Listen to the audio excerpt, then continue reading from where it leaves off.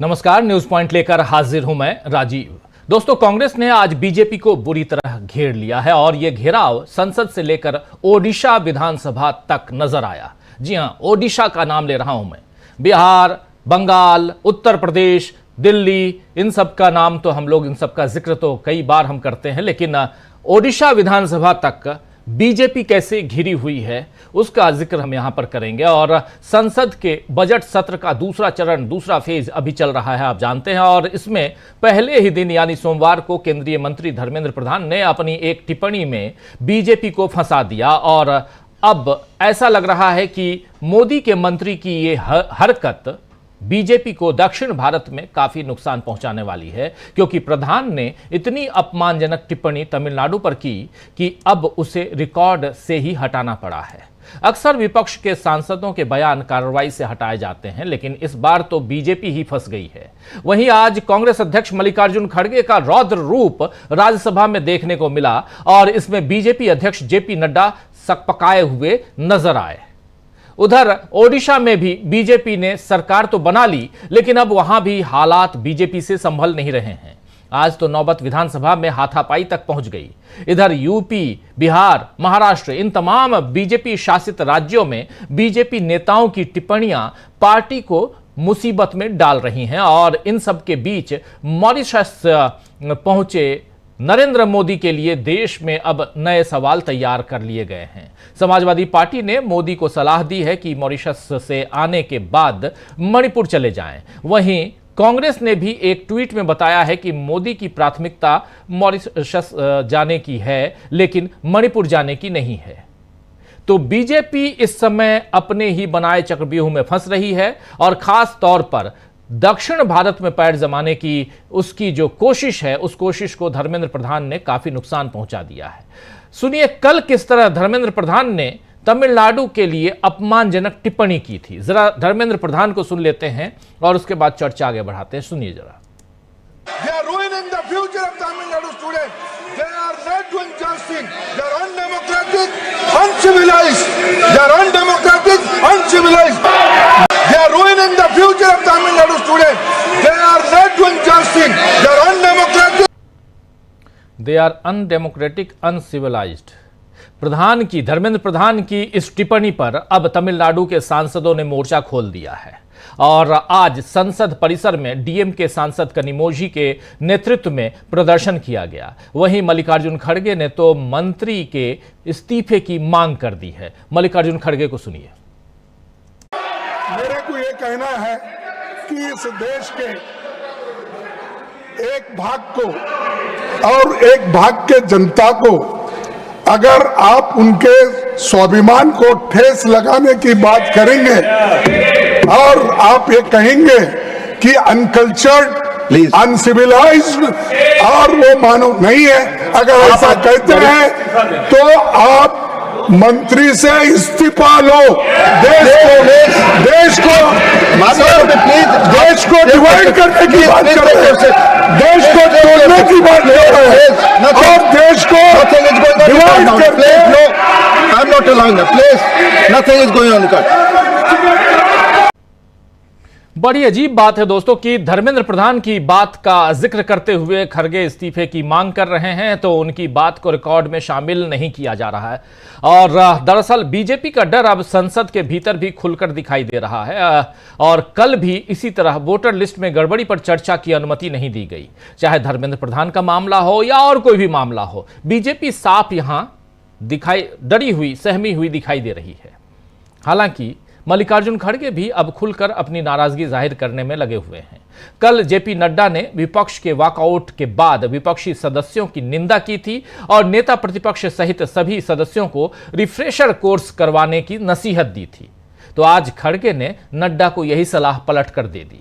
दरअसल हुआ ये कि एक सवाल का जवाब देने के लिए मंत्री रवनीत सिंह बिट्टू मौजूद नहीं हुए और उपसभापति उनका नाम पुकारते रह गए। तो खड़गे ने नड्डा से कहा कि आप क्यों ट्रेनिंग नहीं लेते, आपके लोग समय पर नहीं आते, मंत्रीगण भी नहीं आते, यह शर्म की बात है। वहीं गुस्से में खड़गे ने यह भी कह दिया कि क्या क्या ठोकना है हम ठीक से ठोकेंगे, सरकार को ठोकेंगे। इस पर अब नड्डा भड़क गए। हालांकि खड़गे ने माफी भी मांग ली कि मैंने सरकार के लिए कहा था, आपके लिए नहीं।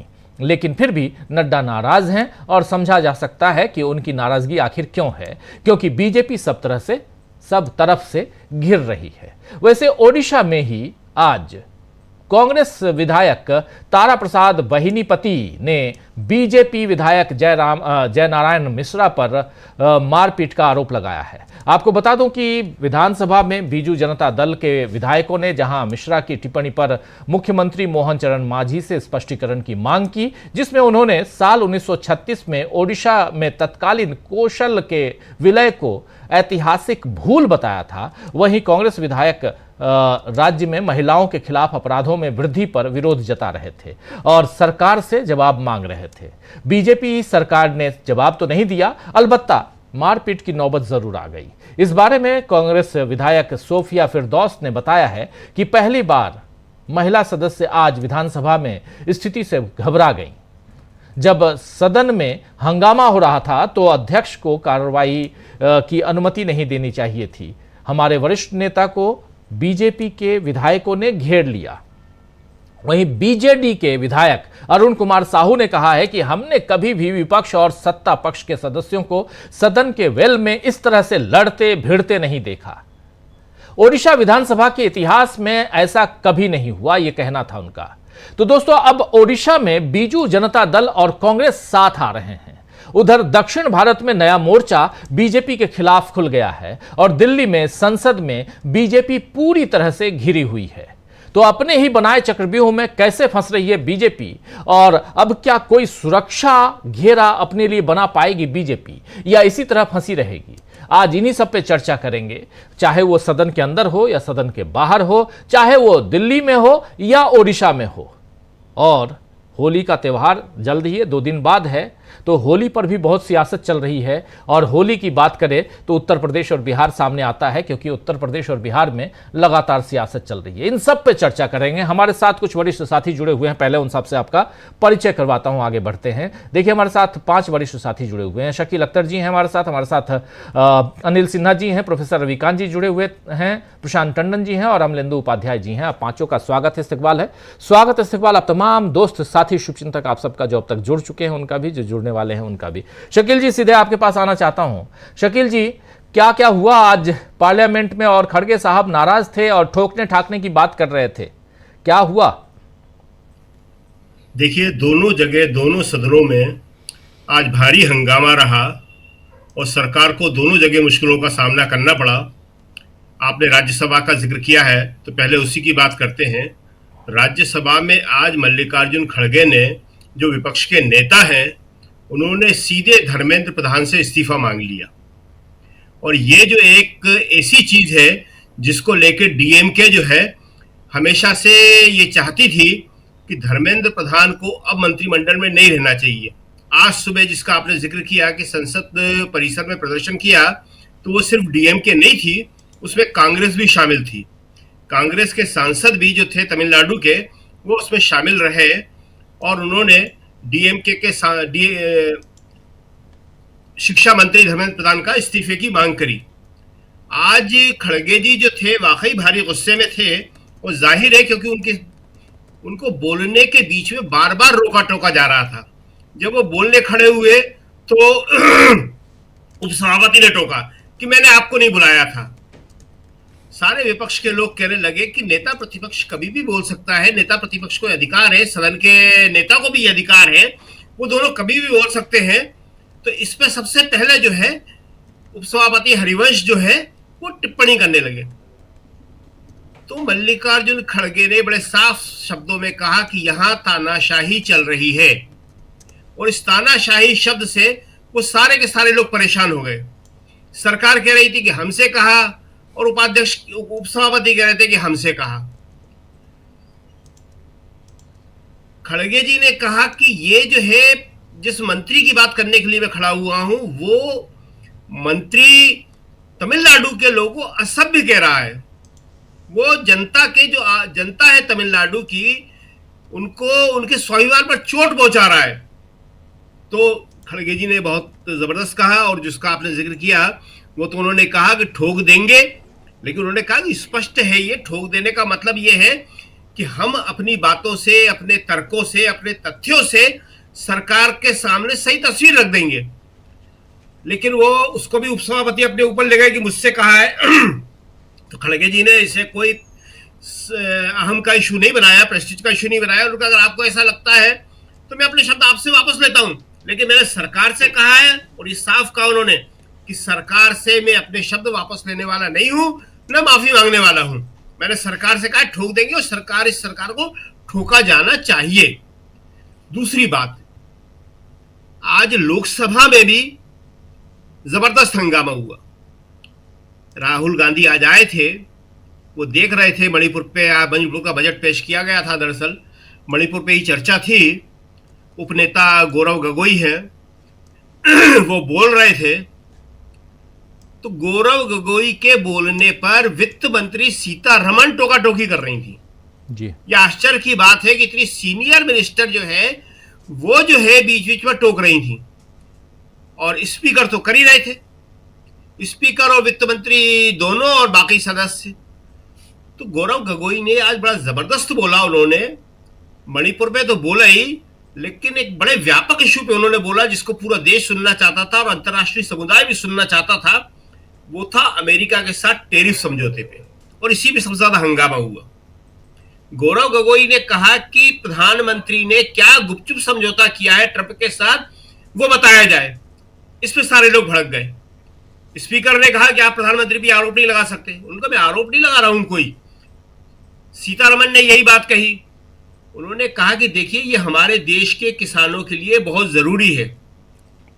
आपने क्या वादा किया है, कौन सा टैरिफ घटाने जा रहे हैं उनके पास, ये बात आपको सदन को बताना पड़ेगी, ये बात आपको विपक्ष को बताना पड़ेगी और देश की जनता को आपको बताना पड़ेगी।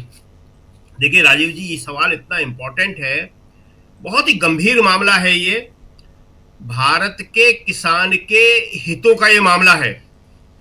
अमेरिका ने जो एक अपनी ट्रीटी की है, जिसे वो फेयर एंड रेसिप्रोकल प्लान कहता है, वो ट्रम्प का प्लान है, वो अगर लागू हो गया, फेयर एंड रेसिप्रोकल प्लान, तो भारतीय कृषि जो है पूरी तरह डूब जाएगी। और आज की तारीख में हम जो खाद्यान्न में आत्मनिर्भर है, वो हमारी आत्मनिर्भरता खत्म हो जाएगी। तो इस सवाल को आज जो है संसद में विपक्ष ने, खासतौर से कांग्रेस ने, बहुत मजबूती के साथ उठाया कि देखिए 39% जो है कृषि उत्पादों पर टैरिफ है, और ये विशेष छूट जो है मिली हुई है भारत को WTO के अंतर्गत, क्योंकि भारत एक विकासशील देश है। अमेरिका कह रहा है इसको बराबर ले आओ। अगर बराबर ले आए तो फिर जो है अमेरिका सब्सिडी देता है अपने किसानों को, अपने खाद्यान्न पे। अमेरिकी खाद्यान्न भारत के बाजारों में छा जाएगा, भर जाएगा अमेरिकी खाद्यान्न, और अमेरिकी खाद्यान्न भर जाएगा तो भारत का कृषि खत्म हो जाएगा। आज की तारीख में भी आपको हम बता दें, एक बड़ा जबरदस्त आंकड़ा अभी आया है कि इस बार भी जो गेहूं की फसल है, इस साल भी हमारे किसानों ने उसका रिकॉर्ड उत्पादन किया है। ये सब किसान कर रहा है। तो ये लोकसभा में और राज्यसभा में भी ये सवाल उठा, क्योंकि दोनों जगह आज दिन भर लेखानुदान मांगों पर बहस चलती रही है। तो अलग अलग संदर्भों में ये बात करी गई है, और सरकार के पास इस बात का कोई जवाब नहीं था कि अमेरिका के साथ, ट्रंप के साथ मोदी जी कौन सा समझौता करके आए हैं या क्या समझौता हुआ है। गौरव गोगोई यही कह रहे थे कि आपको ये बताना पड़ेगा कि आप क्या समझौता करके आए हैं, और हमारे कृषि उत्पादों के बारे में, हमारे किसानों के बारे में आपने ट्रंप को क्या आश्वासन दिया है। क्या इंदिरा गांधी के द्वारा जो खाद्यान्न में आत्मनिर्भरता लाई गई थी हरित क्रांति के जरिए, उसको खत्म किया जा रहा है। घरेलू बाजार की रक्षा कौन करेगा। तो ये बहुत गंभीर सवाल थे। मणिपुर का सवाल तो था ही। मणिपुर पे कहा गया कि आप मणिपुर नहीं जा रहे हैं, मणिपुर की हालत कितनी ज्यादा गंभीर है, आप उसको नहीं समझ रहे हैं। तो सारे बॉर्डर स्टेटों को लेके मोदी सरकार को जो रवैया है, उसमें भारी चिंता है। तमिलनाडु का भी आपने बताया, तमिलनाडु में ये जो सवाल इन्होंने पैदा किए हैं, तमिलनाडु में बहुत बड़ा खतरा है। ये मणिपुर में खतरा है, जम्मू कश्मीर, पंजाब, हर जगह इन्होंने समस्याएं पैदा कर दी हैं। और कांग्रेस यही कह रही है, अभी ये जो 3 अप्रैल तक या शायद 4 अप्रैल तक चलेगा ये सत्र, बजट सत्र, कांग्रेस इस मामले को तो 4 4 तक। जी। कांग्रेस 4 तक, फ्राइडे है 4 को, यस 4 को फ्राइडे है।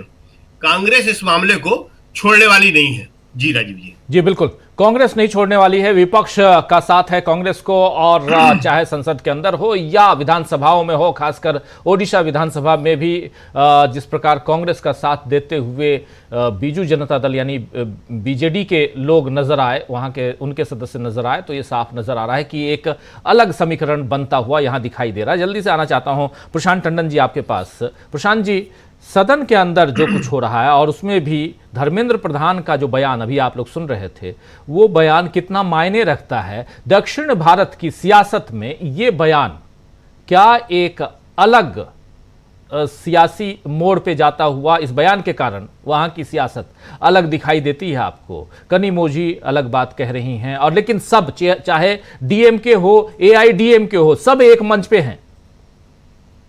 बात है कि तमिलनाडु में एनडीए बिखर चुका है, अब वहां बचा नहीं हुआ, और लैंग्वेज के मुद्दे में, भाषा के मुद्दे पर, डिलिमिटेशन के यानी परिसीमन के मुद्दे पर कोई भी अगर बीजेपी के साथ खड़ा हुआ दिखाई देगा तो उसकी वहां पे राजनीति की को भारी नुकसान होगा। वहां पे उनके राजनीतिक अस्तित्व को खतरा हो जाएगा। बीजेपी को बहुत मुश्किल से 4 सीटें तमिलनाडु में आई थी, वो भी एआईएडीएमके के साथ लड़के, उनके साथ मिल के लड़के।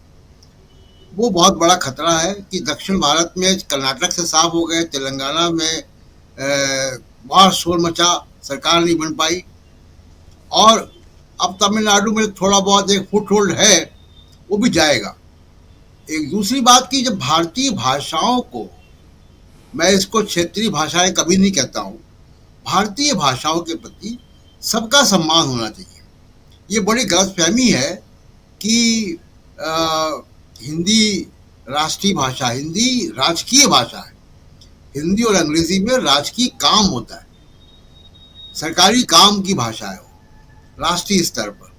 लेकिन सभी भाषाएं, चाहे वो तमिल हो, चाहे वो कन्नड़ हो, चाहे मलयालम हो, उर्दू हो, मराठी हो, बांग्ला हो, ये सब भाषाएं राष्ट्रीय भाषाएं हैं। ऐसा लगता है कि बीजेपी और मोदी सरकार में स्थिति ये है कि किसी भी भाषा को सम्मान नहीं देना है। अभी आप देखिए उर्दू को लेकर कितना खराब बयान आया था योगी आदित्यनाथ का। उर्दू कहाँ की भाषा है?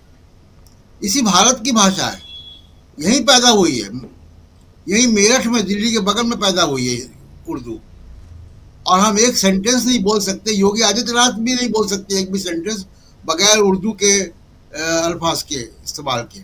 जी तो हम भी जो बोल रहे हैं, तो आप देखिए कि उसमें उर्दू कितनी आती, मिक्स है, भारतीय भाषाएं सब बहुत मिक्स हैं आपस में। हम अनजाने में न मालूम कितने तमिल, कन्नड़, बांग्ला शब्दों का इस्तेमाल करते हैं। तो भारतीय भाषा को का सम्मान करना सीखना होगा। आप भाषा के चक्कर में पूरे आपने तमिलनाडु के जनता को कह दिया कि वो अनसिविलाइज्ड हैं, असभ्य हैं। सबसे पुरानी भाषा है भारत की, उसको बोलने वाले असभ्य हैं। कितना उसका रिच लिटरेचर है, उसको बोलने वाले असभ्य हैं। तो ये तो बहुत ही दुर्भाग्यपूर्ण बयान है। और पूरा देखिए, जो मोदी सरकार का एजेंडा है वो डिवाइसिव है, विभाजनकारी। कहीं भाषा के नाम पे, कहीं धर्म के नाम पे, कहीं जाति के नाम पे। मणिपुर में आप देखिए कि धर्म के आधार पर हिंसा हो रही है, 2 साल से हिंसा रुक नहीं पा रही। धर्म का ही तो आधार पर हिंसा हो रही है कि अधिकांश जो लोग वहाँ पे भुक्तभोगी हैं वो ईसाई धर्म के, उनके चर्चेस जलाए गए। उत्तर प्रदेश में मुसलमानों पे टारगेट किया जा रहा है। जहां बीजेपी की सरकारें बनती हैं, ईसाइयों पे हमले चालू हो जाते हैं, मुकदमे चालू हो जाते हैं पादरियों पे। अभी राजस्थान भी एंटी कन्वर्जन लॉ लाने जा रहा है। जहां जहां बीजेपी की सरकार आती है, वो एक औजार इनका ये है कि उनको टॉर्चर करो ईसाइयों को। 2% पॉपुलेशन है, सबसे पीसफुल आपकी वो है जनसंख्या है यहाँ पे, और उन्होंने कितना बड़ा काम किया एजुकेशन में और हेल्थ सर्विसेज में। लेकिन मेरा कहने का मतलब है कि बीजेपी को, मोदी जी को ये विभाजनकारी एजेंडा छोड़ना पड़ेगा। ये भारत को बहुत नुकसान पहुंचाएगा। भारत अगर भाषा, धर्म, जाति के आधार पर रोज यहाँ पे हिंसा होगी, रोज बयानबाजी होंगे, रोज सोशल मीडिया पे ये चीजें होंगी, टीवी चैनल तो सुबह शाम हिंसा में लगे हुए हैं, शाब्दिक हिंसा में, नफरत में। तो इतनी नफरत को लेकर अगर आप करेंगे तो भारत का जो है वो विकास रुकेगा। दूसरी बात कि अमेरिका लगातार अमेरिका के दबाव में है। कांग्रेस का आरोप सही है, जवाब देना चाहिए जी। आप देखिए कि कई टैरिफ के अलावा कहां कहां वो अमेरिका की एंट्री हो रही है। अभी आप देखिए कि 2G स्पेक्ट्रम को लेकर मनमोहन सिंह की सरकार गिर गई, स्पेक्ट्रम का अलॉटमेंट को लेकर। जी। अब एलन मस्क की कंपनी स्टारलिंक भारत आ चुकी है और उसने ये भी कर दिया कि सरकार ने कहा कि हम ऑक्शन नहीं करेंगे, प्रशासनिक तरीके से स्पेक्ट्रम अलॉट कर देंगे। अब गृह मंत्रालय के पास फाइल है, गृह मंत्रालय फाइल को क्लियर कर देगा। स्टारलिंक इंडिया में आ चुका होगा, एक पैर तो उनका आ चुका है। तो ये जिस मुद्दे पर सरकार गिरा दिया आपने, स्टारएक्स जो एलन मस्क, स्टारएक्स और भारतीय एयरटेल दोनों के बीच समझौता हो गया, यानी उसकी एंट्री हो गई एंट्री। केवल एक औपचारिकता है कि सिक्योरिटी क्लियरेंस के लिए गृह मंत्रालय में उसकी फाइल है। स्पेक्ट्रम का नीलामी का सरकार ने मना कर दिया है। सरकार के बहुत चहेते मुकेश अंबानी जी ये चाह रहे थे कि स्पेक्ट्रम की नीलामी हो, सरकार ने रिजेक्ट कर दिया। ये अमेरिका का दबाव है। एलन मस्क कौन है? हम रोज उनको व्हाइट हाउस में प्रेसिडेंट ट्रंप के साथ देखते हैं, सबसे करीबी है वो। कहा जा रहा है कि अमेरिका के सरकार के तमाम फैसलों पे उनकी बात मानी जाती है। जो वहाँ प्रशासनिक सुधार हो रहे हैं, यूएस एड का जो पैसा कटा है भारत का, जो 21 मिलियन जो बोल रहे थे, वो एलन मस्क के ही द्वारा हुआ था काम सारा। तो उसके बाद आप देखिए कि एनर्जी सिक्योरिटी में क्या है कि जो भारत से तेल का जो रूस से करार है मुकेश अंबानी जी का, उसके तेल वाहकों जहाज पे प्रतिबंध लगा दिया गया, वो भी नहीं आने पा रहा है। आपका ईरान से और जगह से तेल नहीं आने पाएगा। तो तमाम टैरिफ के अलावा स्टील एल्युमिनियम पे तो पहले लग चुका है 25%। तो 2 अप्रैल के बाद से भारतीय अर्थव्यवस्था को बहुत बड़ी चुनौती आने जा रही है। मोदी जी विदेशी फ्रंट पे वो काम कर नहीं पाए जो और लोग कर पा रहे हैं। बिल्कुल। मैक्सिको तक ने 1 महीने के लिए मुलतवी करवा दिया, वो नहीं करवा पा रहे हैं। दूसरा कि यहाँ नफरत का तापमान कम करना पड़ेगा, बजाय उसके अगर उल्टा आपने एक और नया शुरू कर दिया, भाषाई नफरत, एक नया पोलराइजेशन शुरू कर दिया, भाषाई पोलराइजेशन। अभी यहाँ पे इतने झगड़े कम थे, आप देखिएगा कि होली और रमजान यही सब चल रहा है। अब आप दक्षिण भारत में इसी नफरत को ले जा रहे हैं कि वहां पे भाषा को लेकर झगड़े होंगे। ये कम करना पड़ेगा, ध्यान गवर्नेंस पे होना चाहिए। गवर्नेंस पे ध्यान नहीं मोदी जी का। जी राजीव, बिल्कुल आप सही कह रहे हैं। गवर्नेंस पर ध्यान ना देकर कहीं और ध्यान, और सिर्फ राजनीति से देश चलता है क्या, ये एक बड़ा सवाल है। और राजनीति में भी यहाँ नरेंद्र मोदी की सरकार तो अलग, लेकिन पार्टी जो है वो फंसती हुई दिखाई देती है। और खासकर सदन के अंदर जब जेपी नड्डा अपनी बात कहते हैं कि रिफ्रेशर कोर्स करवाना चाहिए इन सांसदों को, विपक्षी सांसदों को, इंक्लूडिंग विपक्षी दल के नेता यानी leader of opposition in parliament, in Rajya Sabha Mallikarjun खड़गे के बारे में अगर कहते हैं तो फिर क्या माना जाए? अहंकार, और वो भी कूट कर भरा हुआ, या कुछ और? ये बहुत महत्वपूर्ण है, इसको समझना। जरा आना चाहता हूं प्रोफेसर रविकांत जी। और इसके बाद आज साफ इन्होंने कह दिया, यानी मल्लिकार्जुन खड़गे ने, कि ठोक देंगे। एक अलग अंदाज था और वो अंदाज जो है उसी पे माफी और बाकी हंगामे की बात आई। जरा आपसे समझना चाहता हूं कि सदन के अंदर जो चल रहा है उसका बाहर कितना असर पड़ता हुआ दिखाई दे रहा है। देखिए, बाहर तो औरंगजेब चल रहे हैं और ये इसी के लिए है कि सदन में क्या सवाल उठाए जा रहे हैं वो लोगों को समझ में ना आए। हजारों लाखों करोड़ रुपया जो डूब गया शेयर मार्केट में इस देश के मिडिल क्लास का, वो और दूसरों को ना समझ में आए, इसलिए औरंगजेब पर बहस करिए, होली और रमजान में झगड़े पर बहस करिए। ये देश सदियों से चल रहा है और कुछ असहमतियों के बीच लगातार त्योहारों में और दूसरे तमाम मसलों में हमेशा से एक साथ खड़ा रहा। लेकिन और ये तो आप प्राचीन काल से देखिए, सांख्य दर्शन से होते हुए और चले आइए आप बौद्ध दर्शन होते हुए, लगातार वाद विवाद संवाद चलता रहा इस देश में। लेकिन राजनीति ने आज इस देश को इतनी बुरी तरीके से विभाजित किया है, केवल सत्ता में बने रहने के लिए। अभी जो प्रशांत जी और आपने कहा कि गवर्नेंस नहीं आती और वो जो चलाया जा रहा है देश को चला नहीं रहे, देश को हाँक रहे,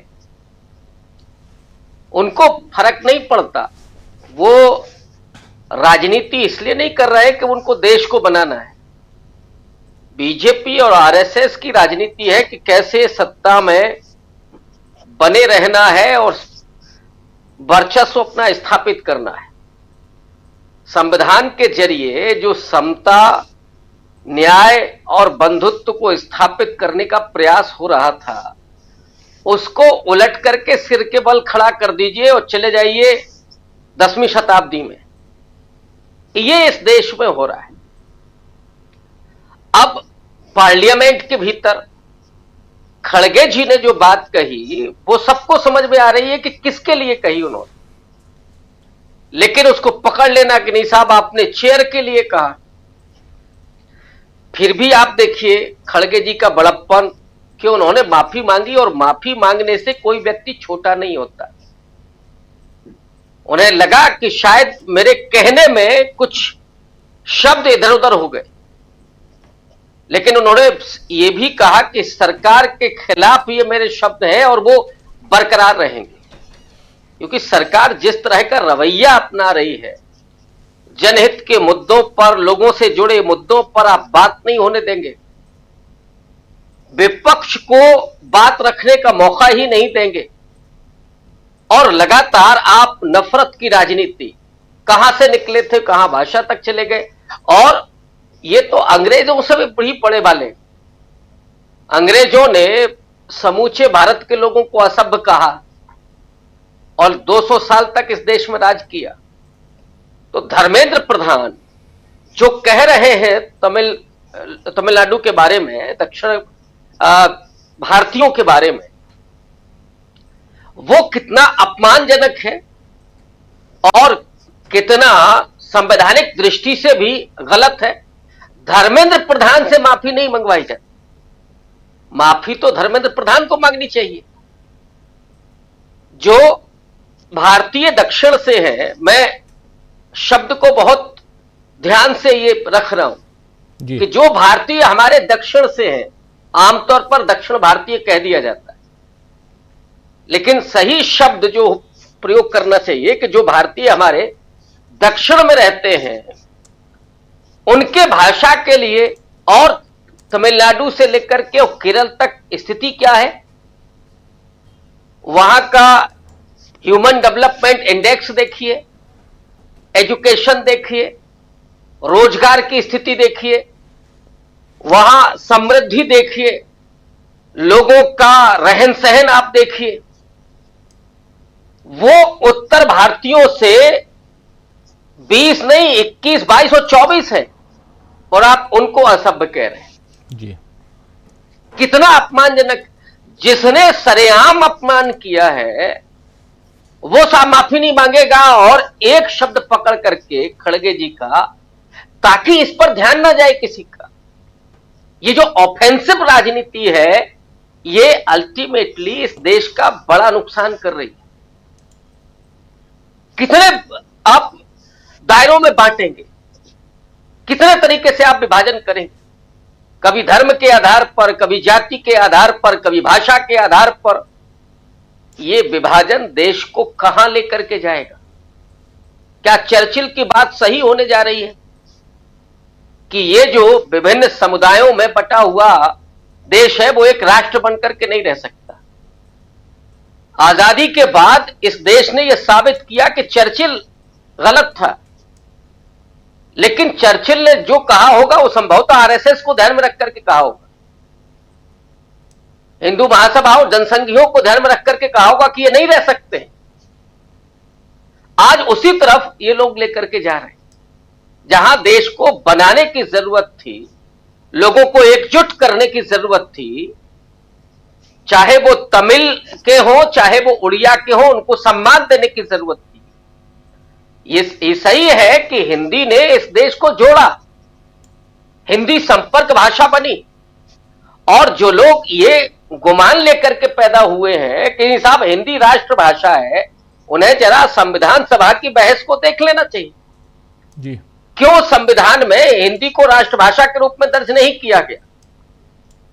बल्कि इस मुद्दे पर जब चर्चा हुई तो एक 8वीं अनुसूची ला करके यह संकेत दिया गया कि हमारी सिर्फ एक राष्ट्रभाषा नहीं है, कई राष्ट्रभाषाएं हैं।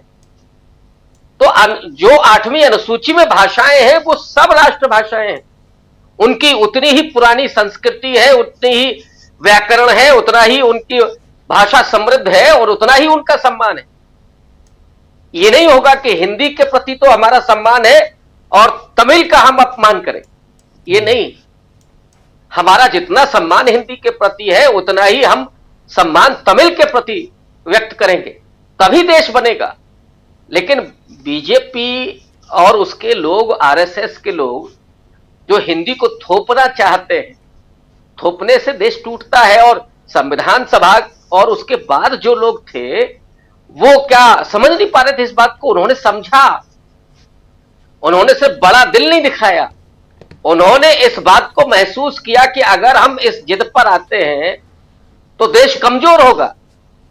इसलिए जब आगे चल करके इस पर सहमति बनेगी तो ये राजभाषा पूरे तरीके से लागू होगी। और तमिलनाडु के लोग, मैंने एक रिपोर्ट पढ़ी कि वहां के लोगों ने, या जो गैर हिंदी भाषी लोग हैं, उन राज्यों में हिंदी की स्वीकार्यता बढ़ी है। लेकिन अब आप जबरिया थोपेंगे और किसी को असभ्य कहेंगे तो ये कितना अपमानजनक होगा। हमें उत्तर भारतीयों से भी ये अपील करनी चाहिए कि उन्हें इस बात को समझना होगा कि जितना प्रेम, जितना सम्मान हमारा हिंदी के प्रति है, उतना ही हमें उड़िया, बंगला, तमिल और कन्नड़ इस सबको करना पड़ेगा। ये थोपने से नहीं चलेगा, इससे देश कमजोर होगा।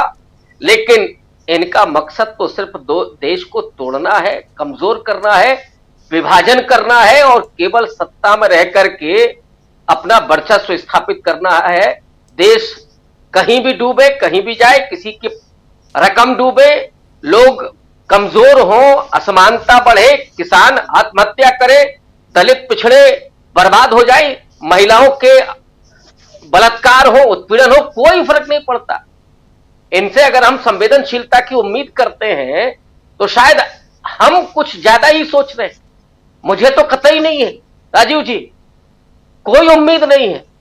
उम्मीद संविधान से और विपक्ष से, और जो वैकल्पिक मीडिया है जो चर्चा कर रहा है उससे, इनसे हमें कोई उम्मीद नहीं है राजीव जी। बिल्कुल बिल्कुल, उम्मीद किससे की जाए, रखी जाए और किससे नहीं, ये भी आज की तारीख में एक बड़ा सवाल पैदा हो गया है। क्योंकि सरकार और खासकर जो सत्ता पक्ष है उसका एक अलग अपना रवैया है, अपनी डपली, अपना राग, और दूसरी तरफ हम देख रहे हैं कि विपक्ष है, विपक्ष के सामने मुद्दों की भरमार है।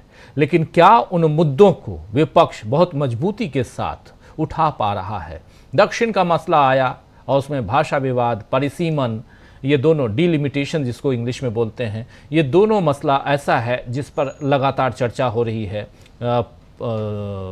पार्लियामेंट्री जो स्टैंडिंग कमेटी है उसने भी कहा है कि जनसंख्या जल्दी से गिन लीजिए, देश की जो जनगणना होना है उसको करवाइए, ये डिमांड किया गया है उधर से भी। लेकिन दूसरी तरफ सरकार क्या कर रही है, सरकार के मंत्री क्या कर रहे हैं, नेता कार्यकर्ता छोड़ दीजिए, जो संवैधानिक पद पे बैठा हुआ है वो कैसी भाषा का इस्तेमाल कर रहा है। क्या देश को दक्षिण और उत्तर में बांटने की साजिश रची जा रही है या कुछ और है?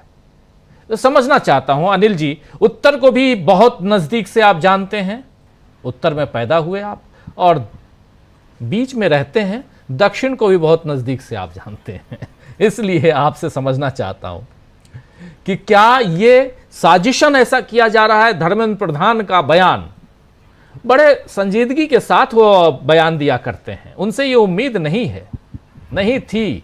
बड़े बड़े पोर्टफोलियो के साथ वो पहले कार्यकाल से कभी पेट्रोलियम मिनिस्ट्री उनके पास, फिर शिक्षा मंत्रालय उनके पास, छोटा मोटा वो नहीं है, पोर्टफोलियो नहीं है। और उसके बाद भी अगर इस ढंग से वो बयान दे रहे हैं तो इसका मतलब अंदर खाने कुछ तो स्ट्रेटेजी चल रही होगी। देखिए, दक्षिणी के लोगों के मन में क्या है, मैंने अंतिम जो अपनी नौकरी की दक्षिण के अखबार डेक्कन हेराल्ड था, उसके दिल्ली ब्यूरो में मैं था, तो मैंने वो बहुत उनको लैंग्वेज को लेकर के काफ़ी उनको शिकायत है उत्तर भारतीयों से, और एक उनको लगता है कि आप असम्मान करते हैं। और ये मैंने देखा है कि उनको लगता है, अब जैसे कि वहाँ के नाम जो है दक्षिण के नाम, उनका कहना था कि एक भी उत्तर भारतीय पत्रकार या राजनीतिक सही उसका उन नामों का उच्चारण भी नहीं करता है और ठीक से लिखना भी नहीं जानता है, और कोशिश मतलब उसको कोई सीरियसनेस ही नहीं है। तो ये रोज की शिकायत थी। तो आप जब और देखिए मतलब जो आज़ादी का आंदोलन था, आज़ादी का आंदोलन में जब गांधी जी ने जो एक बनाया, एक नेशनल नेटवर्क जो बनाया, मतलब एक जो ज्वाइंट फ्रंट बनाया, उसमें आप दक्षिण के लोगों को देखिए कि उनकी शिरकत देखिए, उनकी भागीदारी देखिए, और जो कंट्रीब्यूट किया जो आइडिया ऑफ इंडिया है उसमें किस तरह से, वो भी आप देख लीजिए तो आपको पता चलेगा कि जो हमने जो बनाया था अंग्रेजों के खिलाफ मोर्चा, उसमें वो हमसे कहीं पीछे नहीं थे, लगातार उन्होंने किया। और वो जो चेंजेज उन्होंने लाया उससे तो हम अभी तक सीख नहीं पाया उत्तर भारत, क्योंकि उन्होंने जो द्रविड़ मूवमेंट था, जो सोशल जस्टिस का मूवमेंट था, पेरियार का जो मूवमेंट है, उसकी वजह से उन्होंने जो चेंज किया सोशल अपने ये में, आज वो तरक्की, अब वो तो साबित हुआ ना कि जो ब्राह्मणवाद की जड़ें कमजोर हुई, तो अभी साइंस हो, टेक्नोलॉजी हो, शिक्षा हो, स्वास्थ्य हो, सब में वो हमसे आगे है। इसीलिए कि दक्षिण में वो जो सामाजिक परिवर्तन है उन्होंने किया, वो तो स्टडी किया हुआ है कि जैसे नाडर जाति जो एकदम नीचे की जाति थी, वो अभी वहाँ इंडस्ट्रीज में इम्पोर्टेंट रोल अदा कर रही है, और ऐसा कई जातियां हैं। तो ये जो समाज में जो पकड़ थी जाति की, उसको ढीला किया उन्होंने, एक रास्ता दिखाया, उसको तो हम मानने के लिए तैयार नहीं होंगे। वो काउंटर रिवोल्यूशन है ये, जिसको प्रतिक्रांति अगर मार्क्सिस्ट टर्म में कहते हैं, जो अब शब्द अब खत्म हो गया है, लेकिन ये है कि रिवर्स में जो हमने जो आज़ादी पाई है उसको पीछे ले जाने वाला मामला है। अब अभी देखिए उड़ीसा का मामला है, ये धर्मेंद्र प्रधान जो बात बोल रहे हैं, धर्मेंद्र प्रधान जो उड़ीसा का जो राज्य है, वही वो बंगाली लैंग्वेज के डोमिनेंस के खिलाफ जो है उड़ीसा राज्य बना। ये जो लिंग्विस्टिक स्टेट्स है के आधार पर, वो जो लोकल एस्पायरेशंस है, उनकी अपनी भाषा की आइडेंटिटी, उसी के लिए बनाया गया। तो आप इस तरह से कैसे आप उसको बोल सकते हैं। दूसरा है कि जब तक हम ये नहीं सीखेंगे कि भारत के हर हिस्से का जो प्राइड है, उसका जो गौरव है, वो हमारा प्राइड है। तमिल दुनिया की सबसे एंशिएंट लैंग्वेज मानी जाती है। वो अब तो साबित हो, मतलब आर्कियोलॉजी के ये पर जो मटका मिला वहाँ तमिल, मतलब वो जो ताड़ी वाला होता है मटका, उस पे ना लिखा हुआ है तमिल में, ओल्डेस्ट आर्टिफैक्ट्स ये चीज है, जिसको उसका जो ये 600 BC से पहले का है वो। तो ये जो और अभी लगातार निकल रहे हैं उनके जो आर्कियोलॉजिकल ये में, तो उससे तो हमको प्राइड होना चाहिए कि हमारा जो दक्षिण भारत है वो जो है एक पुरातन सभ्यता का वाहक है।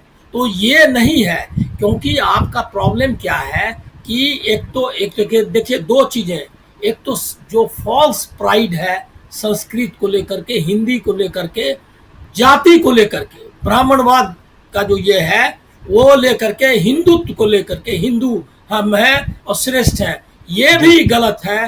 क्योंकि आप जब मुसलमान हैं उसके चीज के लिए भी उतना ही हमको प्राइड होना चाहिए। अभी आपको मालूम है यहाँ पे डिमांड चल रहा है इस ये जो क्या कहते हैं औरंगाबाद के पास में जो औरंगजेब का मकबरा है उसको शिफ्ट करना है।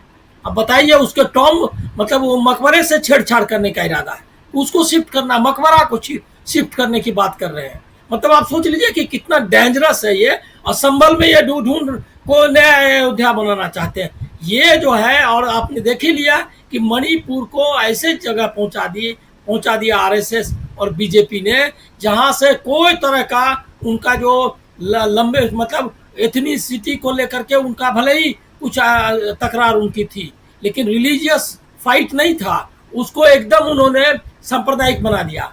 और ये पूरे देश को बांटने का स्थिति है। लेकिन ये क्यों है ये भी देखना चाहिए, इसीलिए कि पूरा सरेंडर किया हुआ है। जो अमेरिकी दबाव की बात कर रहे हैं आप, वो दबाव नहीं है। आप देखिए जेलेंस्की को उसका उदाहरण लेना चाहिए। वो जब वहां से उनको डांट लड़कर आया तो वो अमेरिका नहीं गया वो बातचीत करने के लिए। सऊदी अरबिया जो दोनों के बीच का स्टेट है वहां नहीं गया वो कटोरा लेकर के और क्या कहते हैं, जबकि उसका देश ही खतरे में है। वो उनसे बातचीत करने अमेरिका नहीं गया और पीछे नहीं हटा। वो सऊदी अरबिया को मध्यस्थ है, उससे वो उनके यहाँ जाकर के उनसे बातचीत कर रहा है। और हमने क्या किया, हमने वहां पर सब कुछ उनको दे दिया कि आप जैसे तैसे जो स्टेटमेंट है वो पूरा सरेंडर है, जो ज्वाइंट स्टेटमेंट मोदी जी का है। और उसके बाद यहाँ पर जो है पीयूष गोयल को हमने समझौता करने के लिए भेजा। अरे क्या बात करने जा रहे हैं, अगर एग्रीकल्चर जो मुद्दा उठाया है गौरव गोगोई ने और जो उठा रहा है, अगर एग्रीकल्चर को खोल दिया पूरा नष्ट हो जाएगा पूरा इकोनॉमी। एग्रीकल्चर की बात नहीं है, बाकी सबकी कोई बाकी भी जो सेक्टर्स हैं, वो जो स्टारलिंक की बात अभी कर रहे थे, हम लोग पूरा खत्म होने के कगार पे हैं। लेकिन ये जो है क्रोनी कैपिटलिज्म की वजह से, क्योंकि अडानी अंबानी जो है सिर्फ उसके हितों की रक्षा करनी है, इसके लिए ये कुछ भी करने को तैयार है। ये एकदम देश के खिलाफ काम कर रहे हैं। तो इसीलिए जो आपने कहा कि विपक्ष और क्या करना चाहिए, मुझको लग रहा है इतने भर से काम नहीं चलेगा। लोगों को आपको, और इस पे जैसे कि अभी तमिलनाडु का सवाल आ गया, अब उस पर हम रिस्पॉन्ड कर रहे हैं। अभी क्या कहते हैं वो उनका खरगे का बयान आ गया, जेपी नड्डा। इस पे टाइम बर्बाद करने के बदले आपको रोड पे उतर के लोगों को एजुकेट करना चाहिए कि ये जो है, ये जो रेजिम है, ये किस तरह से अमेरिकियों के सामने सरेंडर कर चुका है। और इस रेजिम को तुरंत हटाओ, क्योंकि ये अगर ये रह गया तो कंट्री को बेच देगा, सिर्फ इसलिए कि ये कुछ सेलेक्ट जो लोग हैं उनके लिए कुछ भी करने के लिए तैयार है। ये जो तोड़ जोड़ में क्या है, ये कोशिश ये कर रहे हैं कि एलन मस्क, अंबानी और अडानी का कैसे ट्रैक बन जाए। ये इनका देश के लिए कोई मतलब नहीं है, उनके हितों की कैसे रक्षा हो। ये बात बहुत ही जरूरी है लोगों को समझाना। अब मुझको लग रहा है क्या कि विपक्ष को और ये जो अभी कर रहा है इससे और आगे बढ़ के करना होगा। और किसानों को भी हमको लग रहा है कि कभी उनको तो सबसे ज्यादा आना चाहिए, क्योंकि वो जो 3 काले कानून थे वो अडानी के खिलाफ थे। अब तो जो कानून क्या, अब तो पूरा एग्रीकल्चर सेक्टर ही अमेरिकियों के ये में मतलब उनके पक्ष में जाने वाला है सारी नीतियाँ। तो हमको लग रहा है काफी हम लोग बहुत बुरे समय से गुजर रहे हैं, इकोनॉमिकली भी, जो क्या कहते हैं सामाजिक जो स्थिति है, राजनीतिक सब में। ये बात लोगों को बताना चाहिए, जो रिपोर्ट है देश की हालत के बारे में, उसको विपक्ष को लोगों के सामने रखना चाहिए और पूरा एक ढंग से मिल करके इंडिया गठबंधन को रखना चाहिए। उसमें ये जो चल रहा है कि इंडिया गठबंधन अब 2024 के लिए बना था, सिर्फ इलेक्शंस के लिए। ये प्रकाश करात उनकी जम के आलोचना होनी चाहिए सीपीएम की। ये मूर्खतापूर्ण जो है इस तरह के बयान देना उनके लिए जरूरी नहीं है। वो ये अंत में संयुक्त विपक्ष ही इससे फाइट कर सकता है, ये अभी आज की जरूरत है।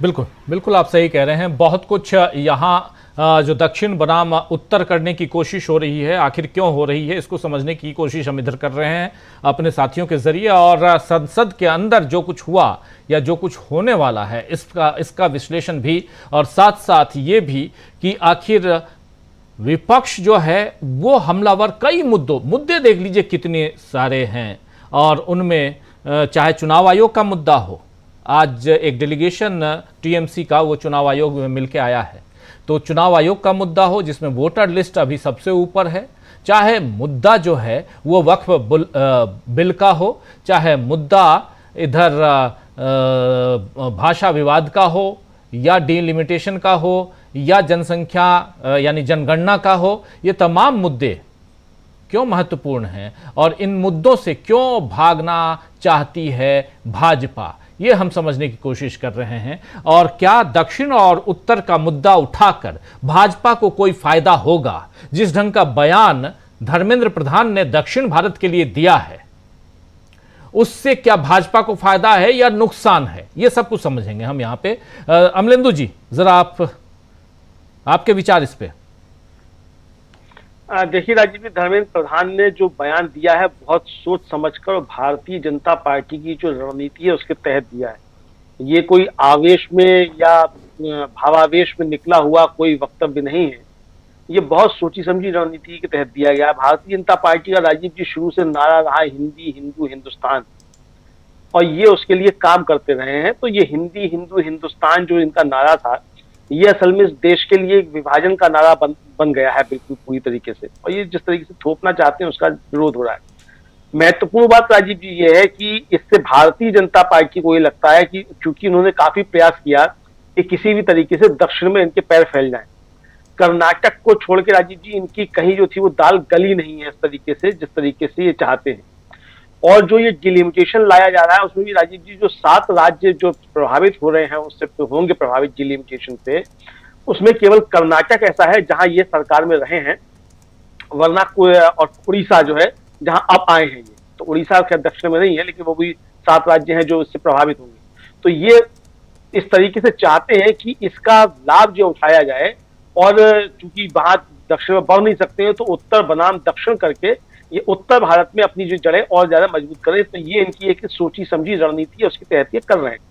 लेकिन असल राजीव जी इसका हुआ उल्टा, और उल्टा असर ये हुआ कि धर्मेंद्र प्रधान ने जो शब्दों का इस्तेमाल किया उसका विरोध शुरू हुआ, और आज दयानिधि मारन जो तमिलनाडु सरकार के मंत्री हैं उनके नेतृत्व में एक डीएमके का प्रतिनिधिमंडल भुवनेश्वर में नवीन पटनायक से मिला और उनसे बातचीत की, और नवीन पटनायक 22 मार्च को जो डीएमके ने बैठक बुलाई है उसमें शामिल होंगे, और डिलिमिटेशन और जो राष्ट्रीय शिक्षा नीति है उसके दोनों मसलों पर उन्होंने समर्थन करने का वायदा किया है, और वो जाएंगे बैठक पर, उसमें शामिल भी होंगे। तो यानी जो एक राज्य जहां बीजू जनता दल जो पीछे से पर्दे के पीछे से भारतीय जनता पार्टी की मदद किया करता था, वो भी अब खुलकर एकदम से सामने आ गया है, और वो भी अब उस विपक्ष की उस रणनीति में शामिल हो रहा है। तो ये लड़ाई बढ़ती हुई राज्य में दिखाई पड़ रही है, और इनकी जो रणनीति थी कि दक्षिण बनाम उत्तर करेंगे, उसमें हो सकता है इनको लगता है वो सफलता मिलने आ रही है, लेकिन इसका नुकसान भी इनको इसका होगा, क्योंकि ये डिलिमिटेशन का मुद्दा जो है, अगर कर्नाटक में आपके बढ़े हैं आप, तो कर्नाटक में भी ये मुद्दा है डिलिमिटेशन का। और जिस तरीके से इनके सहयोगी जो आंध्र प्रदेश के हैं चंद्रबाबू नायडू, उनके सांसद जो है वहां जो घोषणा कर रहे हैं कि आबादी बढ़ाओ तो वो पैसा देंगे, लड़की हुई तो 50,000 रुपया देंगे, लड़का हुआ तो गाय देंगे। इसका मतलब वो दक्षिण में जो बातें चल रही है राजीव जी, तो उत्तर भारत में जो ये करना चाहते हैं उसका संदेश दक्षिण में अच्छे तरीके से चला गया है। तो इसका इनको नुकसान ही होगा, फायदा नहीं होगा, लेकिन ये सोचते हैं कि इसका इनको फायदा होगा। तो राजीव जी कुल मिलाकर ये है कि ये चूंकि डिवाइडर इन चीफ रहे हैं है भी, और चूंकि कहा एक विदेशी पत्रिका ने, तो ये उसको बार बार साबित करते हैं कि हाँ ये वास्तव में डिवाइडर इन चीफ हैं। तो ये उसी को लगातार साबित करने पर तुले रहते हैं, तो कपड़ों से पहचान लेते हैं, तो कपड़ों से भी, भाषा के आधार पर भी जो विभाजन की ये रेखा खींचना चाहते हैं उसको ये खींच रहे हैं। लेकिन ये सबक राजीव जी नहीं सीख रहे हैं कि पाकिस्तान टूट गया भाषा के प्रश्न पर ही, जबकि एक ही धर्म के मानने वाले लोग थे। पूर्वी पाकिस्तान और पाकिस्तान जो था दोनों एक ही धर्म के मानने वाले लोग थे, लेकिन भाषा के प्रश्न पर पाकिस्तान टूट गया। तो ये असल में चाहते हैं कि ये बने रहे सरकार में, भले ही देश टूट जाए। तो ये इसी तरफ राजीव जी बढ़ रहे हैं, ये देश तोड़ने की तरफ ही बढ़ रहे हैं। डिवाइडर इन चीफ जो हैं ये हर तरीके से देश तोड़ने की तरफ बढ़ रहे हैं। अभी तक तो राजीव जी यही समझ में आ रहा है। जी जी, शकील जी, क्या आपको लगता है जो संसद के अंदर चल रहा है और संसद के बाहर भी वही दिखाई दे रहा है, गतिरोध कब तक शांत होगा? ये बजट सेशन है, लेकिन बजट सेशन में बजट से ज़्यादा, और बजट पे भी अभी आपने बताया कि जब गौरव गोगोई बात कर रहे थे मणिपुर का, तो उस समय निर्मला सीतारमण खड़ी हो रही हैं। निर्मला सीतारमण उसमें अवरोध पैदा कर रही हैं। देश की वित्त मंत्री हैं, कई बार बजट पेश कर चुकी हैं, लेकिन ऐसे नेता, ऐसे मंत्री, चाहे निर्मला सीतारमण हो, चाहे उधर राज्यसभा में धर्मेंद्र प्रधान हो, ये लोग अगर इस ढंग से अगर रिएक्ट करेंगे तब तो फिर तो संसद चलाना भी और देश चलाना भी दोनों बहुत मुश्किल होगा। जी बिल्कुल सही कह रहे हैं आप। आपने एक सवाल उठाया है कि धर्मेंद्र प्रधान ने कहा कि ट्रेनिंग लीजिए, ट्रेनिंग दीजिए। जी, ये कोई नई बात नहीं है राजीव जी, ये इन लोगों की बहुत पुरानी बीमारी है। ये इन्फिनिटी कॉम्प्लेक्स से उपजी बीमारी कहलाती है, ये उसका अहंकार कहलाता है। ये संसद में आने वाले हर कमजोर बैकग्राउंड के सांसदों पे इसी तरह दक्षिणपंथी जितनी भी पार्टियां हैं हमेशा तंज कसती रही। अब तो केवल ले दे के खाली बीजेपी बची है। तो इनकी जो सबसे बड़ी नेता कहलाती हैं, जिसके बारे में बड़ा लोग तारीफ करते हैं, सुषमा स्वराज, उनका सबसे आगे रहती थी वो कि हर किसी का उपहास उड़ाना, किसी के उच्चारण का, किसी के बातचीत करने का तरीके का, किसी का बैठने का, कि आपको नियम नहीं मालूम, कायदा नहीं मालूम। जबकि सच्चाई यह है कि नियम और कायदे संसद में पहले दिन आने वाले को, पहली बार आने वाले को किसी को नहीं मालूम होते। सुषमा स्वराज को भी नहीं मालूम थे। और हमने ये बात पहले भी कही है, आज फिर बताते हैं इसको, कि 2014 में जब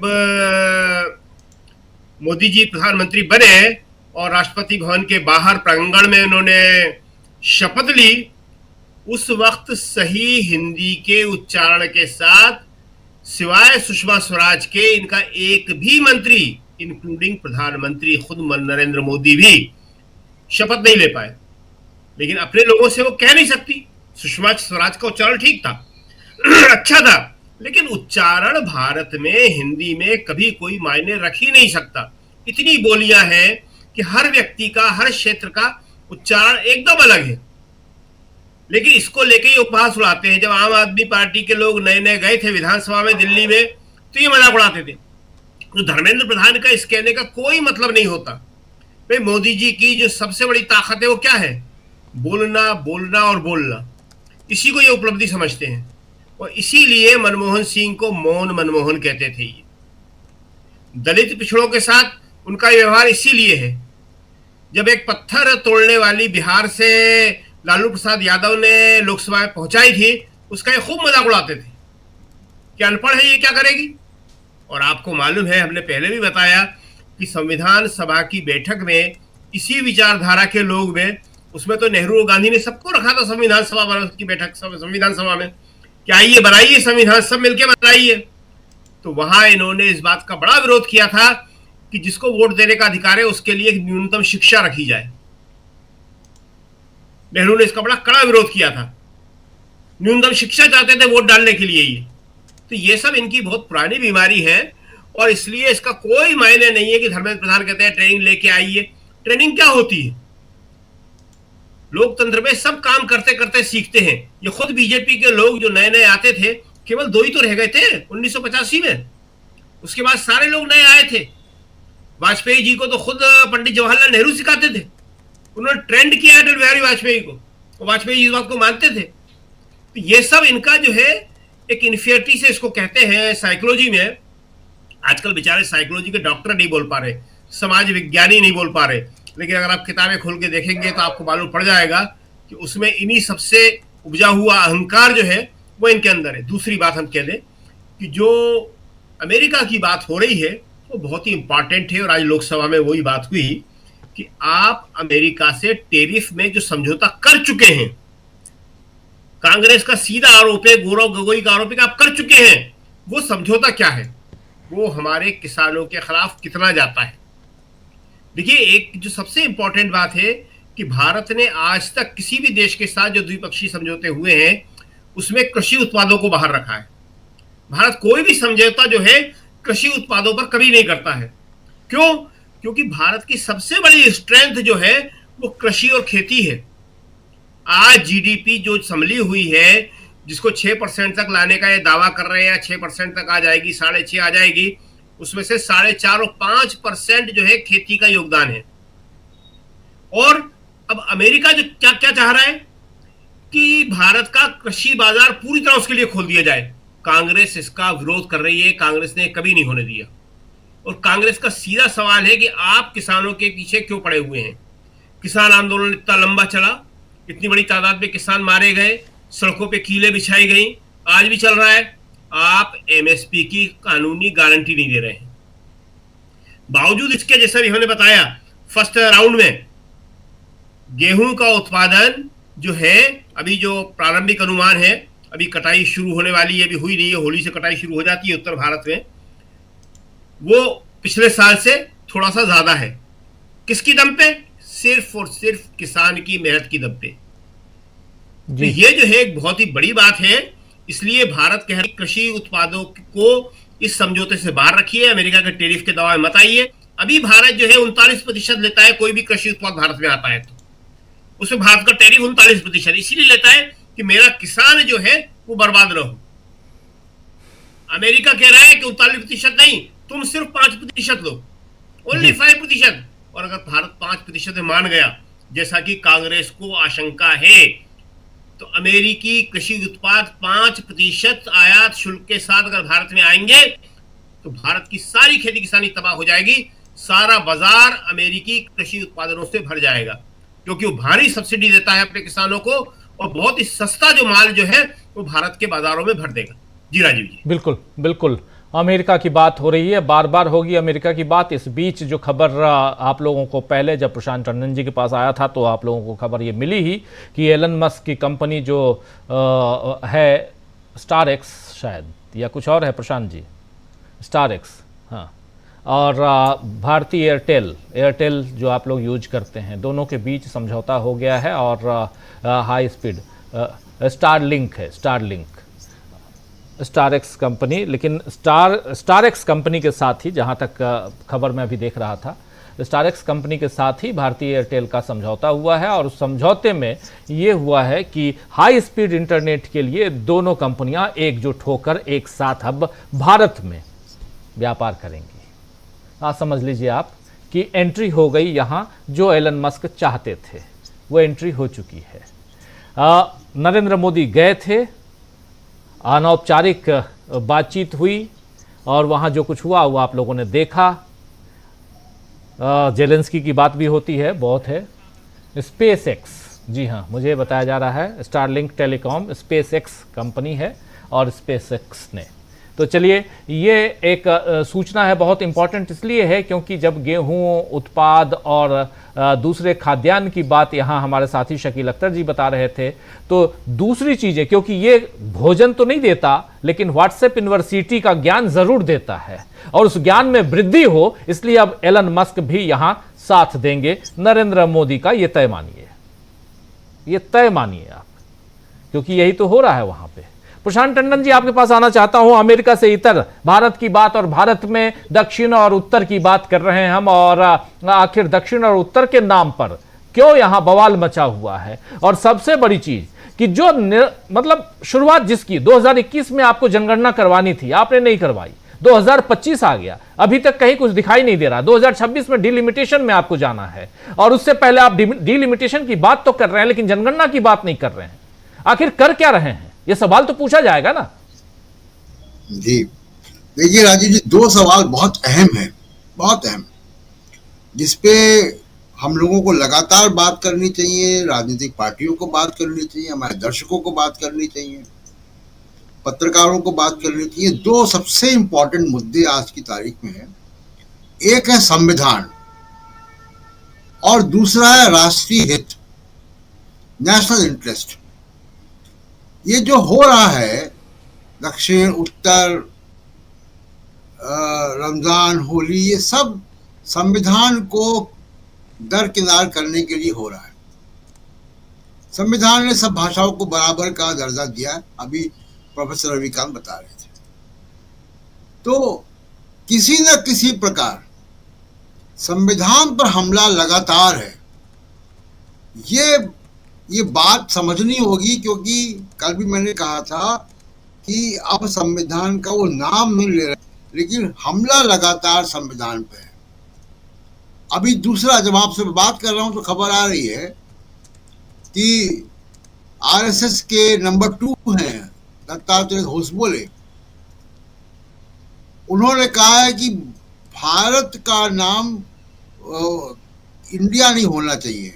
वो इंडिया गठबंधन का मामला नहीं है, ये अब नया एक इशू लेकर आ गए और वो यहां तक कह रहे हैं कि reserve bank of India, constitution of India, यही बदलो। तो किसी न किसी प्रकार कोई ना कोई बहाना लेकर भारत के संविधान पे हमला है। अब संविधान का पहला आर्टिकल क्या कहता है? India that is Bharat shall be the union of states. यहां दिक्कत है आरएसएस को। तो चाहे वो उत्तर दक्षिण का मामला हो, आपने कहा कि सेंसस नहीं करवा पा रहे हैं। सेंसस इसलिए नहीं करवा पा रहे हैं क्योंकि अब राहुल गांधी ने जातिवार जनगणना की मांग रख दी। मोदी साहब की हिम्मत नहीं हो रही है कि वो सेंसस करवाएं और जातिवार जनगणना का जो पूरा मुद्दा उसको गोल कर जाएं। ये हिम्मत नहीं हो रही उनकी पूरा सोशल इंजीनियरिंग राजनीति खत्म हो जाएगी। ये इतना बड़ा मुद्दा बन जाएगा। तो सेंसस नहीं करवा पा रहे हैं। जहां तक डिलिमिटेशन की बात है, डिलिमिटेशन 2026 के बाद के सेंसस पे होगा, यानी इफेक्टिवली 2031 के सेंसस में होगा। अब सवाल यह कि 2021 का सेंसस अभी तक नहीं हो पाया। तो मूल रूप से नरेंद्र मोदी बड़े फैसले नहीं कर पाते। दूसरा एक मुद्दा है राष्ट्रीय हित का, जो अमेरिका के साथ हो रहा है, जो चीन के साथ हुआ, किस तरीके से चीन हमारे अंदर घुसा हुआ है। नेशनल इंटरेस्ट को मोदी साहब प्रोटेक्ट नहीं कर पाते हैं, इसलिए ये होली, रमजान, कोई आदित्यनाथ कुछ बोलते हैं, कुछ और कोई नफरत का बयान दे देगा असम का मुख्यमंत्री, ये उसको ढकने के लिए होता है। न मालूम कितने राष्ट्रीय हित के, नेशनल इंटरेस्ट के कॉम्प्रोमाइज हो चुके होंगे जिनकी जानकारी नहीं है। तो ये एक बहुत ही गंभीर विषय है कि राष्ट्रीय हित की रक्षा कैसे की जाए। मैं किसी अंबानी या किसी के बात नहीं कर रहा हूं। बात यह है कि एक तय हुआ था, सुप्रीम कोर्ट की गाइडलाइन है कि स्पेक्ट्रम की नीलामी होगी, ट्रांसपेरेंट तरीके से होगी। आपने कैसे दे दिया एलन मस्क को स्पेक्ट्रम। अब एलन मस्क की जो अर्जी है वो डिपार्टमेंट ऑफ टेलीकम्युनिकेशन में पेंडिंग नहीं है, वो मिनिस्ट्री ऑफ होम में है, जिसको सिक्योरिटी क्लियरेंस देना है। जी स्पेक्ट्रम का अलॉटमेंट डिपार्टमेंट टेलीकम्युनिकेशन करता है। तो वहां वो उसकी अर्जी पेंडिंग नहीं है, वो उसका एयरटेल के साथ करार हो चुका है। तो ये जो सेफ रूट से उसको लाया जा रहा है अमेरिकन कंपनियों को, जिस तरीके से टैरिफ हो रहा है चीन के मामले को लेकर, तमाम और मामलों को लेकर, आपको लगता है, मुझको लगता है कि राष्ट्रीय हित की बहुत सारी कॉम्प्रोमाइजेस होते हैं और इसको लेकर देश में चर्चा होनी चाहिए। जो धर्मेंद्र प्रधान जी कह रहे हैं, ये बीजेपी जैसा मैं बाकी साथियों का, ये बीजेपी का रवैया है कि कोई भी गैर हिंदी भाषी क्षेत्र का हो उसको अपमानित करो, उसको बराबरी का दर्जा मत दो। अब ये महसूस कर रहे हैं इनके साथी भी, जो बीजेडी इनको मदद करती थी, अभी स्टालिन ने जब मीटिंग बुलाई है तमिलनाडु के मुख्यमंत्री ने, तो बीजेपी वहां शामिल हुई थी। उस बैठक में, राज्यों की बैठक में, ऑल पार्टी बैठक में डिलिमिटेशन के मुद्दे पर बीजेपी वहां शामिल हुई थी जी। तो ये दो मुद्दे बहुत इंपॉर्टेंट है कि नेशनल इंटरेस्ट और संविधान, और इन दो को, अब इसी के अंदर सब कुछ आता है, इलेक्शन कमीशन का कैसे इस्तेमाल हो रहा है। तीसरी एक जो बहुत इंपॉर्टेंट बात है जो अगले कुछ दिन हम लोग ऑब्जर्व करेंगे, धीमे धीमे सिस्टम के अंदर की जो ग्रिप है वो मोदी जी के हाथ से छूट रही है। आगे आने वाले आप दिनों में देखेंगे कि तमाम ब्यूरोक्रेट्स, तमाम मंत्री अपने अपने अलग अलग फैसले लेना शुरू कर देंगे। ये संकेत है कि मोदी साहब की पकड़ सिस्टम से, प्रशासन से कमजोर हो रही है। इसलिए कभी आदित्यनाथ कुछ बोल देते हैं, कभी कुछ और, कोई धर्मेंद्र प्रधान कुछ बोल देते हैं। एक अनुशासन जो होना चाहिए सरकार और पार्टी में, वो अनुशासन खत्म हो चुका है, उनकी ग्रिप कमजोर हो चुकी है। अगले 1-2 महीने में हम लोग इसको और पुख्ता तरीके से देखेंगे। जी जी, अगला 1-2 महीना बहुत इंपॉर्टेंट है और खासकर होली के बाद संसद के अंदर क्या कुछ होता है वो भी देखेंगे, सरकार कैसे अपनी गतिविधियों को आगे बढ़ाती है ये भी देखेंगे, और साथ साथ जो जहर घोलने की कोशिश समाज में हो रही है उस पर कैसे लगाम लगाया जाता है। लेकिन इन सब से इतर एक बहुत ही इंपॉर्टेंट मसला है चुनाव आयोग का, और उसमें भी कैसे चुनाव ट्रांसपेरेंसी के साथ हो, इस पर भी एक चिट्ठी आज लिखी है चुनाव आयोग ने तमाम पार्टी के अध्यक्षों को और प्रमुख नेताओं को कि वो 30 तारीख तक, इसी महीने के 30 तारीख तक इस पर कि कैसे चुनाव आयोग मजबूत हो, चुनाव की प्रक्रिया मजबूती के साथ संपन्न हो, चुनाव करवाए जाएं, इस पर अपने सुझाव दें। बड़ा हास्यास्पद लगता है, चुनाव आयोग पर उंगली उठ रही है, चुनाव आयोग से बोला जा रहा है कि भाई साहब वो दिखा दीजिए कि जो सुप्रीम कोर्ट के आदेश के अनुसार कि ईवीएम की जो काउंटिंग है वो करवा दीजिए, तो वो आप करवा नहीं रहे हैं। आपसे कहा जा रहा है कि वोटर लिस्ट दे दीजिए, एक्सेल शीट में दे दीजिए, वो आप दे नहीं रहे हैं। लेकिन चुनाव मजबूती के साथ आप करवाना चाहते हैं, चुनाव आयोग को मजबूत करना चाहते हैं, बहुत अच्छी बात है, कीजिए। लेकिन कम से कम उस समय, उसके बाद भी जो सुझाव मांगे जाएंगे प्रोफेसर रविकांत जी, सुझाव में भी यही बात आएगी कि वोटर लिस्ट की गड़बड़ियां बता दीजिए। एक परिवार के 48 बच्चे, एक मां बाप के 48 बच्चे और एक ही उम्र के कैसे हो गए ये बता दीजिए प्रोफेसर रविकांत जी। देखिए, आपने कहा कि चुनाव आयोग जो कर रहा है वो बेहद हास्यास्पद है। जिस तरीके से मजाक बन रहा है चुनाव आयोग, और ये बहुत सोची समझी रणनीति है। ये सिर्फ इतना भर नहीं है कि एक चुनाव आयोग में 2 लोग ऐसे बैठ गए जो नरेंद्र मोदी के लिए काम कर रहे हैं, सिर्फ इतना भर नहीं है। ये जो तमाम संवैधानिक संस्थाएं हैं उनको कैसे कमजोर किया जाए, पूरी जिम्मेदारी के साथ वो लोग लगे हुए हैं। और राहुल गांधी ने इसीलिए जो कहा था कि हम इंडियन स्टेट से भी लड़ रहे हैं, अब सिर्फ बीजेपी और आरएसएस से नहीं लड़ रहे हैं। चुनाव तो इन संवैधानिक संस्थाओं के जरिए होता है, चुनाव आयोग की सबसे बड़ी भूमिका होती है। लेकिन चुनाव आयोग ही अगर डिसाइड करने लगे, चाहने लगे कि हमको क्या करना है, किसके साथ खड़े होना है, ये क्या अजूबा है साहब कि जो 5 साल में वोटर नहीं बने, उससे ज्यादा की संख्या में महाराष्ट्र में 5 महीने में वोटर जुड़ गए। लोकसभा चुनाव आप हारे थे और विधानसभा चुनाव जीत गए। एक जगह पर इतने वोटर कैसे बढ़ गए? और ये तो बड़ा हास्यास्पद मामला है। आज तो पूरा दिन भर ये चल रहा था हर सोशल मीडिया प्लेटफॉर्म पर। और ये मामला कहां का है जिसका आपने जिक्र किया? वाराणसी का, वार्ड नंबर 51 का, जहां एक ही बल्दियत से 40 से ज्यादा लोगों के नाम। अब उसमें जो तर्क दिया जा रहा है कि दरअसल एक महंत हैं, उनके यहां जो सेवक हैं वो हैं। तो साहब, बल्दियत कैसे कर लेते हैं आप?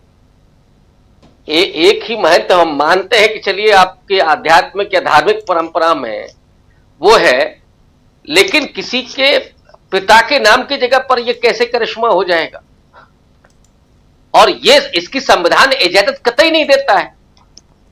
धार्मिक दृष्टि से आप किसी को भी, कोई भी व्यक्ति किसी साधु को अपना पिता माने, लेकिन संविधान इसकी इजाजत नहीं देता है ना बतौर वोटर के, कि आप बल्दियत कुछ भी लिखवा दीजिए। ये क्या मजाक चल रहा है साहब? ऐसे तो आसाराम बापू के यहां दरबार में जितने आते हैं वो सब वोटर हो जाएं, राम रहीम के यहां आ रहे हैं वो सब वोटर हो जाए, उनके सारी बसें लगा करके ठेकेदारी ले लीजिए साहब। अभी तो हरियाणा में इन सब में होता ही है, लेकिन अगर ये सारे भक्त आसाराम बापू के बल्दियत के साथ वोटर बन जाएंगे तो क्या मजाक होगा?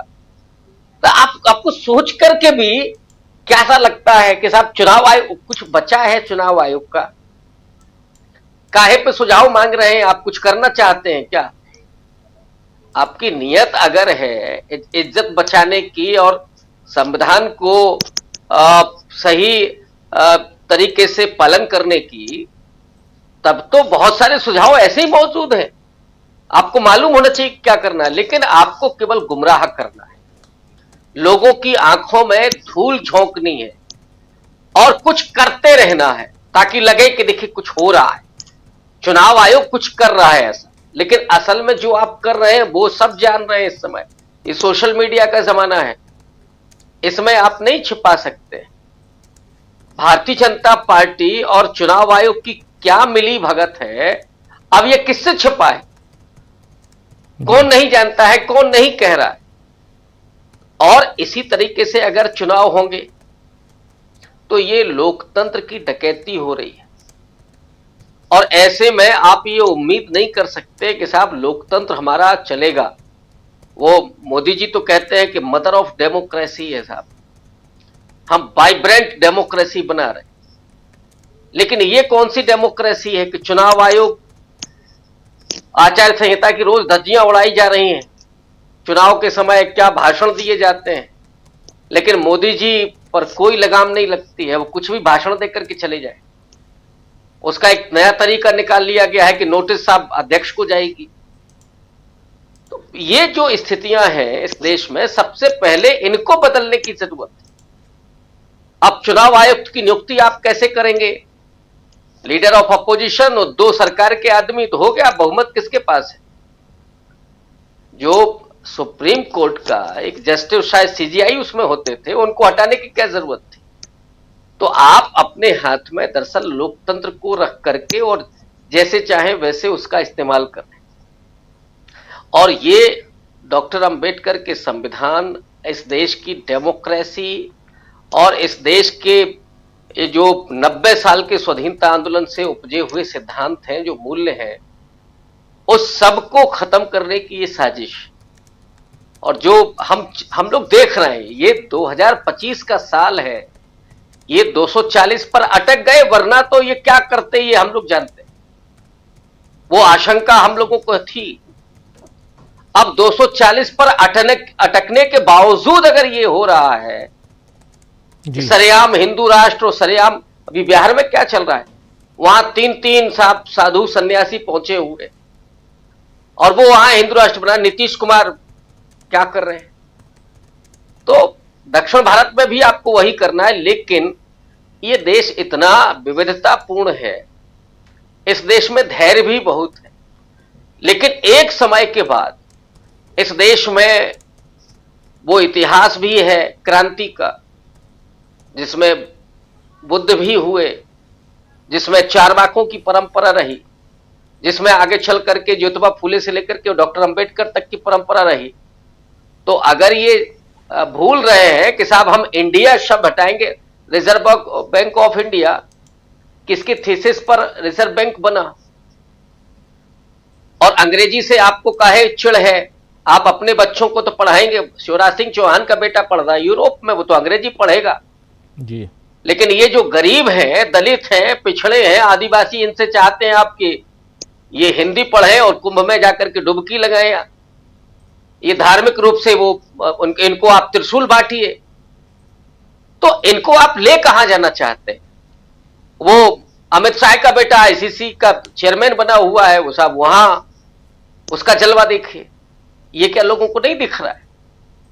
विपक्ष को, और अनिल सिन्हा जी ने जिस बात को कहा कि अब ये वक्त है सड़क पर आने का और लोगों को शिक्षित करने का, ये जो लोगों को अज्ञानी और अंधविश्वासी बना रहे हैं उससे बाहर निकालने का वक्त है। अब ये सिर्फ सत्ता बदलने का समय नहीं है कि साहब सत्ता बदल देंगे वो चीजें ठीक हो जाए। क्या उत्तर भारत में भी वो पेरियार की तरह का कोई आंदोलन खड़ा होगा?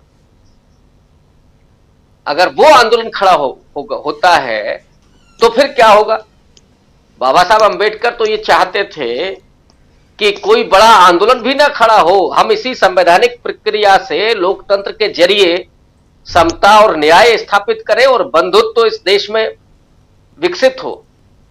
लेकिन यहां तो जो चल रहा है, अभी दक्षिण भारत से ही खबर आई कि वहां पे मंदिर में एक पुजारी ओबीसी हो गया तो साहब बहिष्कार कर दिया।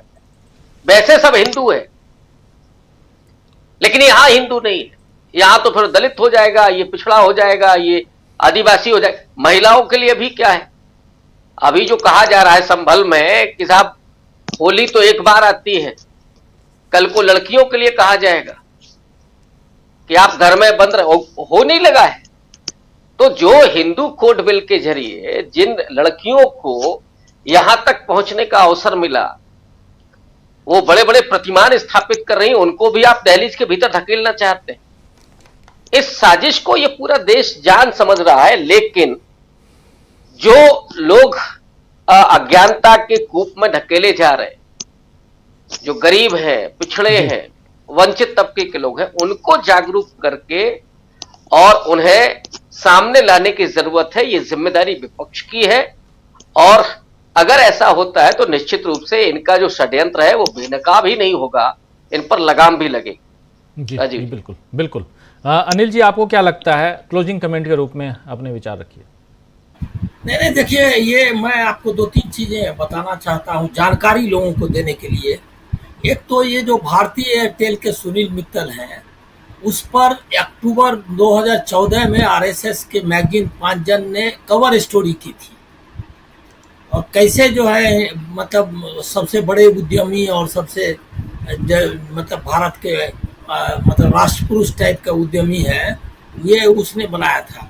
दूसरा एक जिक्र ये करना चाहता हूँ कि कल मीटिंग स्वदेशी जागरण मंच ने उसने अपना दिया है, अपना मतलब स्टेटमेंट है उसका, तो उन्होंने बोल दिया कि जो बायलैटरल ट्रेड एग्रीमेंट्स हैं वो होने चाहिए, मल्टीलेटरल में नहीं जाना है। उसका मतलब ये है कि उन्होंने जो अमेरिका के साथ इनकी चल रही है मतलब दोस्ती या यारी, उसको उसने इंडोर्स कर दिया है। अब आप सोच लीजिए कि पूरा सरेंडर मतलब जो आरएसएस का तंत्र है, उसने ये जो अमेरिकी ये है क्या कहते हैं डोमिनेंस है या जो लूटने का इंतजाम है, उसको उसने एंडोर्स कर दिया है। ये एक बहुत बड़ा खतरा है। अब तीसरा एक और बता देता हूँ कि आप क्या लड़ेंगे एआई से, और स्टारलिंक को ला रहा है सुनील मित्तल, आपको बताया ही कि उनका संबंध जो है आरएसएस को मतलब उनको किस दृष्टि से देखती है। एक उनका लेख आया है कि एआई तो हम लोग पारंगत थे एंसेंट इंडिया में, जो ये है क्या कहते हैं आर्टिफिशियल इंटेलिजेंस। अब बताइए, और ये कोई व्हाट्सएप यूनिवर्सिटी में नहीं आया है, ये ऑर्गेनाइजर का लेख है। अब ये और उसमें बताया है कि उस समय आदमी जो है उसी को मतलब उसको ही वैसी कैपेसिटी दे दी जाती थी जिससे कि वो एआई के रूप में काम करता था। और भी मतलब बकवास का जितना भी हो सकता है वो। अब आप बताइए कि आप क्या और अगर आप ये क्या कहते हैं लोगों को जो उन्होंने कहा रविकांत जी ने कि जब तक आप उनको इससे मुक्त नहीं कराएंगे, अब ये जो समाज इस बारे में निश्चिंत है कि एआई तो उसके पास पहले से है, तो कुंभ में डुबकी नहीं लगाएगा तो और क्या करेगा? उसको तो कोई जरूरत ही नहीं है ना एआई से कॉम्पीट करे। साइंस जानने की कोई उसको जरूरत नहीं है। जिसके लिए नेहरू ने जो साइंटिफिक टेम्पर की शुरुआत की थी, उनको मालूम था कि ये देश को अगर निकाल, इसके लिए उनका पत्राचार है जो अंतिम में कि किस तरह का गांव देखना चाहते हैं गांधी जी के साथ। उन्होंने कहा कि इस तरह का हम गांव नहीं बनाना चाहते हैं जो जहालत और ये में अंधविश्वास में फंसा हुआ रहे।